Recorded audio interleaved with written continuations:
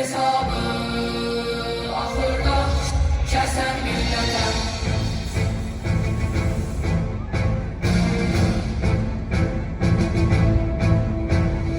Düşman Allah'ına çukurdaşları seslesen dikerek dağ kardeşleri.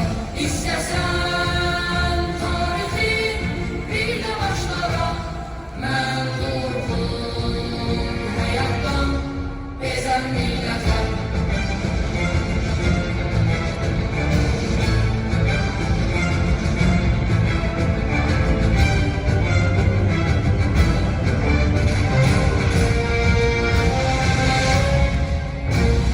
Çəkil torpağımdan ey yağı düşmən, mən şeytanın ümidini üzən millətəm. Dünyanı üstüme kaldırdın yeter, dünyanın derdine özen milletem. Çekil torpağımdan ey yağı düşmən, ben şeytanın ümidini üzen milletem. Dünyanı üstüme kaldırdın yeter, dünyanın derdine özen milletem. Bu dünyanın derdine özen milletem.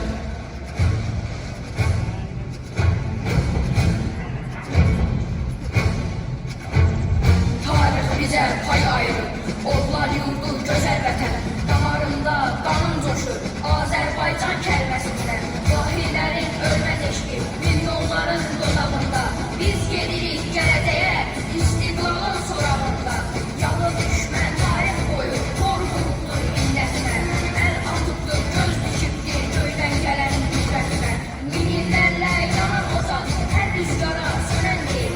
Azadlığa könül verən, sevdadan dönen değil, azadlığa gönül veren, sevdadan dönen değil, azadlığa gönül veren, sevdadan dönen değil.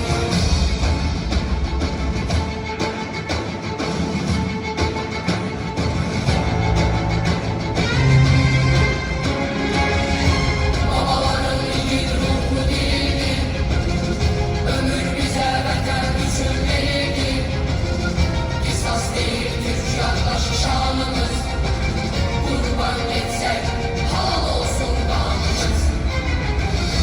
Odasızlar öcümüzü almasa, vətən bizi oğul deyip öymesin. Dur kardeşim silahımız gayretli, cennet yurda iblise değmesin. Çekil torpağımdan ey yalı düşmən, mən şeytanın ümidini üzen milletem. Dünyanı üstüme kaldırdın yeter, dünyanın derdine özen milletem. Çekil torpağımdan ey yağı düşmən, mən şeytanın ümidini üzen milletem. Dünyanı üstüme kaldırdın yeter, dünyanın derdine özen milletem. Bu dünyanın derdine özen milletem. Düşmenin bahı